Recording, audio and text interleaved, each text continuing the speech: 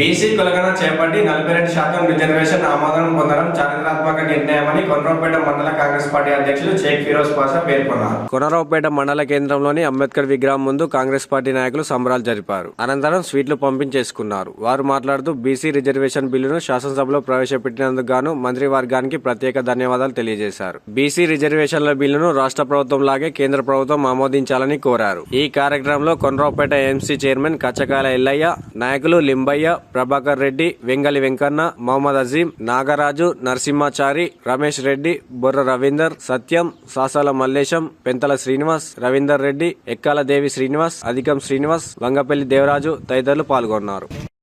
తెలంగాణ అసెంబ్లీలో బీసీలకు కట్టుబడి ఉన్న పార్టీ ఏకైక పార్టీ కాంగ్రెస్ పార్టీ అని రుజువు చేసింది.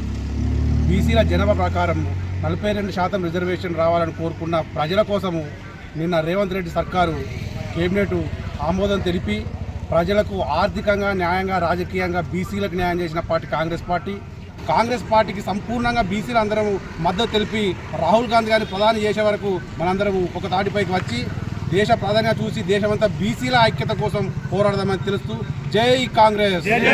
అసెంబ్లీ సమావేశాలలో 42% బీసీ కులగణన చేసిన రిజర్వేషన్ను బిల్లు ప్రవేశపెట్టి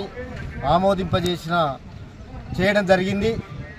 గత భారత్ జోడో కార్యక్రమంలో గౌరవనీయులు పెద్దలు రాహుల్ గాంధీ గారు మాట ఇచ్చిన ప్రకారం కులగణన తెలంగాణలో జరిపి భారతదేశంలో కూడా కులగణన జరపాలనే విధంగా మాట్లాడి తెలంగాణలో కులగణన జరపాలని కోరిన వెంటనే మన 14 నెలల లోపే, దాదాపు ఏడాది గడిచిన లోపే మన గౌరవనీయులు పెద్దలు ముఖ్యమంత్రి వర్యులు రేవంత్ రెడ్డి గారు కులగణన చేపట్టి 42% బీసీల రిజర్వేషన్లను ఉద్యోగరీత్యా కానీ స్థానిక సంస్థల్లో రిజర్వేషన్లు కానీ కల్పించే విధంగా కమిటీని వేసి ఉత్తమ్ కుమార్ రెడ్డి ద్వారా దాన్ని నిన్న అసెంబ్లీలో గౌరవనీయులు పెద్దలు రాష్ట్ర మంత్రివర్యులు పొన్నం ప్రభాకర్ రెడ్డి గారు ప్రవేశపెట్టగానే ఆ బిల్లు పాస్ కావడం జరిగింది. ఇప్పుడు అభివృద్ధి పదంలో నడుపుతున్నటువంటి రేవంత్ రెడ్డి గారికి ధన్యవాదాలు తెలియజేస్తున్నాం. సంవత్సరంన్నర క్రితం రాహుల్ గాంధీ గారు జోడో యాత్రలో ఇచ్చిన మాట ప్రకారం వారు బీసీ సాధికారతకు ప్రాధాన్యతనిస్తూ ఎవరి శాతం వారికి కావాలి, అన్ని సామాజిక వర్గాలకు న్యాయం జరగాలనే ఉద్దేశంతో బీసీలకు 42% మా ప్రభుత్వం వస్తే మేము ఇస్తామని చెప్పి వారు అప్పుడు ఆ పాదయాత్ర సందర్భంలో చెప్పినప్పుడు అందరూ ఇది సాధ్యం కాదని చెప్పి అనుకున్నారు. కానీ తెలంగాణ రాష్ట్ర ప్రభుత్వం ఏర్పడిన 15 నెలలకే బీసీలపై వారి మీద ప్రేమ చూపించి వారికి బీసీలలో అన్ని కులాలను ఎవరి వాటా ఎంత అనేది చేయాలని చెప్పి ఉద్దేశంతో 42% రిజర్వేషన్ను క్యాబినెట్లో పెట్టి నిన్నటి రోజున ఆమోదించడం జరిగింది.